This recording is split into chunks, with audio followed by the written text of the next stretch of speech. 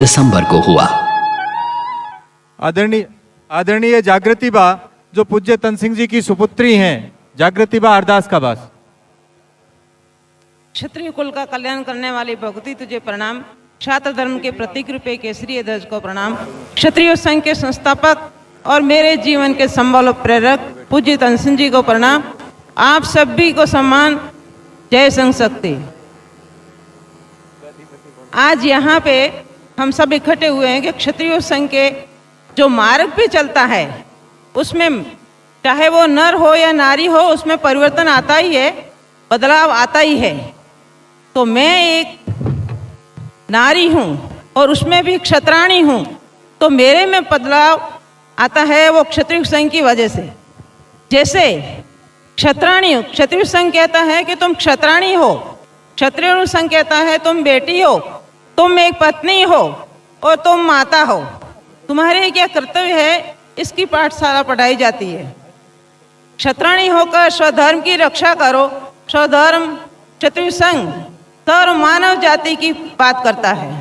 एक बेटी होने के नाते क्षत्रिय संघ कहता है तुम परिवार समाज को ऊंचा लाओ, ऐसा संस्कार दो। अब तुम पत्नी हो उस परिवार की जहाँ गृहस्थी रूपी जो रथ होता है उसके जो दो पहिए होते हैं पति पत्नी रूपे, उसमें एक पहिया तुम हो। अपने क्षत्रिय तत्व के उस पहिए को इस तरह से चलाओ कि पूरा परिवार उस पे आगे बढ़ता रहे। अब तुम माता हो, माँ तो हर कोई बनती है, पशु पक्षी भी माताएं होती है, लेकिन जन्म देने से ही माता नहीं बनती है। माँ निर्माता होती है, अपने बच्चे को उच्च कोटि के संस्कार देती है, तब वो माँ का काम होता है। तो मैं एक क्षत्रिय माता हूँ, मेरा क्या कर्तव्य है? मैं एक गर्भदान से लेकर बच्चे को ऐसे क्षत्रियोचित संस्कार द्वारा संस्कृत करके उसको एक आदर्श व्यक्ति बनाऊं, एक महामानव बनाऊं, एक महायुग पुरुष बनाऊं। ये क्षत्रिय संघ की पाठशाला में शिक्षण दिया जाता है, जिसमें हम सब बच्चियों बालिकाओं को प्राप्त। अब तय हमें करना है कि ऐसी पाठशाला में कहीं हम चूक तो नहीं गए हमारे बच्चों को भेजने के लिए।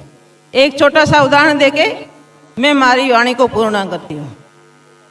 एक सीधी सादी सी महिला जिसकी बेटी का फौज में चयन होता है, उस बेटी के पिता एक राजभवन में सर्विस करते हैं और गवर्नर साहब कहते हैं कि आपकी बेटी घर छुट्टी में आई हुई है, उसको लेके आना, मैं मिलना चाहता हूँ, लेकिन उसके साथ में उसकी माँ को जरूर ले आना। वो घर आते हैं, बेटी के पिता ही उस महिला से कहते हैं आपको और आपकी बेटी को गवर्नर साहब ने मिलने के लिए बुलाया है।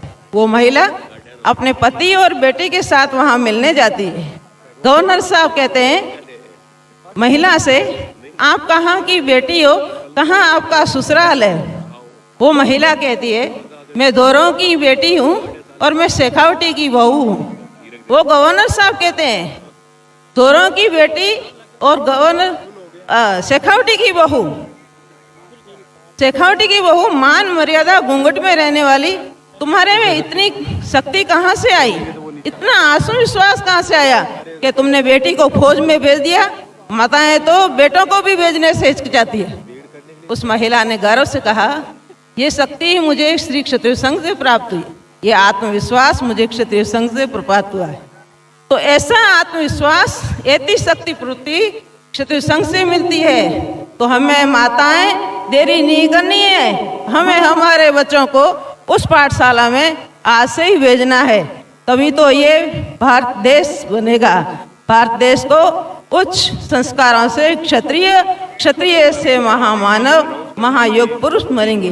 वो एक माँ बना सकती है। आपको आह्वान है कि आप इस पाठशाला में अपने बच्चों को अवश्य भेजें। जय संघ शक्ति। आभार जागृति बा।